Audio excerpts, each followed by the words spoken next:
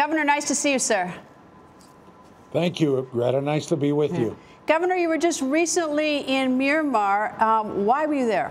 Well, I had been appointed by Aung San Suu Kyi to an advisory committee to give recommendations on the Kofi Annan report on refugees in Bangladesh and other issues. And I resigned because I felt the advisory commission was a whitewash.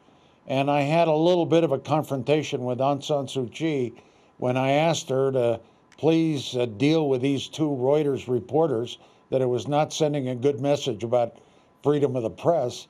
And I decided that I shouldn't be part of what I think in the end is going to be an advisory commission that whitewashes and reinforces the policies of Aung San Suu Kyi, my former friend, and the Myanmar government. All right, well, take me through the steps. Did you walk into the room, or was Aung San Suu Kyi already there, and you were anticipating, I assume, a rather cordial discussion with her? I mean, how did it go off the rails? Well, it went off the rails. I think she already was upset with me because there'd been a press report that I had asked for a meeting with the Home Minister about the two Reuters reporters. So I walked in the room, shook her hand, and you could tell by her expression she didn't exactly want to see me. It was a very quick handshake. And then when we sat down and started the dialogue, I could tell that she was uncomfortable. I first raised the issue of the mass graves of some of the Rakhine, that there should be an investigation. I then talked about the importance of dealing fairly with the two Reuters reporters. And I thought pretty much that it was not going well. And she literally exploded, interrupting me, telling me that this is not your charter, Bill. This is out of the question. Stay out of those issues. And then right then I knew that my staying on this commission, we were there for some investigative work and reform work, that it wasn't going to work. So it didn't start too well. And that initial encounter also went into a dinner right after, where we were kind of trading, not insults, but very negative. I just made a point. Look, I said, we're friends for 30 years. I've always supported you. And here we are in a situation where you don't want frank advice. Friends give frank advice. And she said, well, I don't want bad advice. So it didn't start too well. Did she use the word Rohingya? Because when I've been in Myanmar, if you mention the word Rohingya, they look through you like you're making it up. Did she at least acknowledge the fact that there had been Rohingya living in the Rakhine state and that they had been pushed out into Bangladesh? No, nobody mentioned the word Rohingya. Neither the chairman of our advisory committee, a former Thai foreign minister, or Aung San Suu Kyi, or any of her people. And I think it just showed that their main interest was protecting the Buddhist minority in the Rakhine, and they had little intention of dealing with the human rights violations, the refugee issues relating to the Rohingya. No, she never mentioned it. She never mentioned the word. All right, there's been in this investigation two Reuters reporters that you referred to. They have been taken into custody, I think sometime in December. And Reuters obviously wants them released, journalists want them to be released, and people all over the world do. Does she acknowledge that they are holding these Reuters reporters?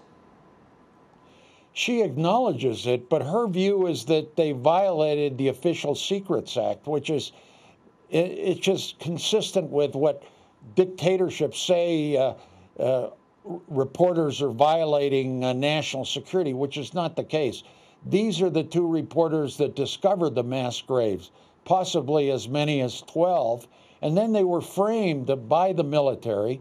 The point here is that some of these atrocities were committed not by the Rohingyas alone, but by members of the military. And so what you have here is a cover-up, a judicial process that I don't think is fair, and lastly, that doesn't give her a good, clean international image that she's trying to deal with the Rohingya issue, and she puts reporters, the bedrock of democracy, a free press, in jail. Doesn't make sense. Could she do anything? I mean, she was under house arrest for a number of years, and then when she became the leader, the president, everyone was so excited thinking she was going to change things dramatically. But does she really have any authority in Myanmar to help the reporters, to help the Rohingya? She does have, first of all, she's in charge of all domestic policy. The military's in charge of national security. There is a divide. So she can't tell the military what to do. But she doesn't have or has not exercised moral authority to push the military and say, you know, stop terrorizing the Rohingyas, release these reporters, find ways to integrate the Rohingyas and the Buddhists, bring some kind of end to the violence with a lot of these refugees. You were there, Greta. You know this issue. I mean, there's almost 1 million people displaced. They don't want to go back to the Rakhine state, to Myanmar, because they're afraid of their safety. They're afraid they're going to end up in mass graves or raped, or and you know that many of us, like also the international press, the UN, we lionized Aung San Suu Kyi. She was a champion of democracy. I remember being in the Clinton cabinet and proposing sanctions on the military to set her free. And she eventually was set free. So it's what a big disappointment. What happened to her? I mean, was this all a fraud to begin with? Or, I mean, like, what? I mean, the way that seems like you sort of were lured over there with the expectation that you'd help put the spotlight on this and help solve this problem. And now she doesn't even want to face it. She won't even use the word Rohingya. I mean, what happened? Well, I think, Greta, you understand how powerful people, you've been in Washington, great reporter, a long time. You know, when people get powerful, and I admit maybe me too, you get people around you that tell you how great you are. You don't want to hear bad news. I think she was a human rights icon, a great champion of democracy, but she's changed because she gets people around her that tell her not frank advice. She wants to get reelected. She knows she needs the military to get reelected. And she may be afraid that the military is going to do something untoward towards her. I suspect that.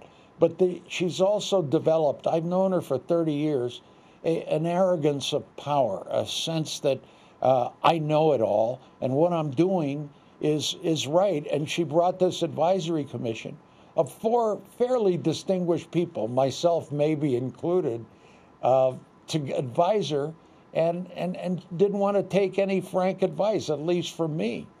Have you heard at all from her since you left Myanmar?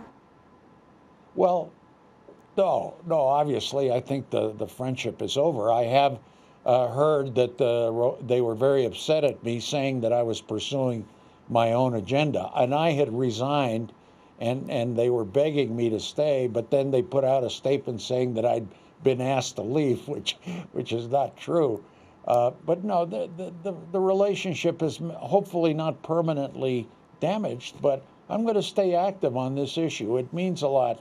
1 million people are being brutalized, and the international community, somebody has to speak out. Why? I mean, we've heard terms like ethnic cleansing. I think Secretary of State Tillerson has even used that word in references. I mean, we know, what is it going to take to stop this? I mean, because the situation is so bleak. You've even got, besides all the killings and all the deaths and the people penned in a particular area in Bangladesh, you've got diphtheria, you've got mumps, you've got all these problems are only getting worse. I mean, what will it take to end this?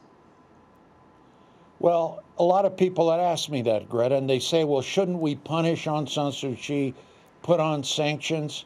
I say no. I think she needs another chance. In other words, the international community, the UN, countries around the world, the U.S.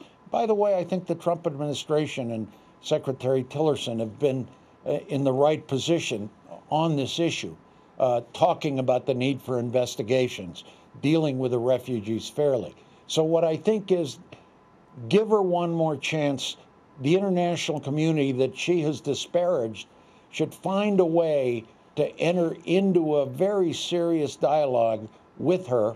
But I would consider maybe sanctioning some of the military leaders that have been committing the atrocities. You know, we've sanctioned one individual under what is called the Magnitsky Act. I would consider some of the other generals that are responsible for some of these tragedies. You know, these sanctions work sometimes, but I would combine diplomacy. You know, you were in the refugee camps in Bangladesh. The international community needs to step up financially for food and medicine.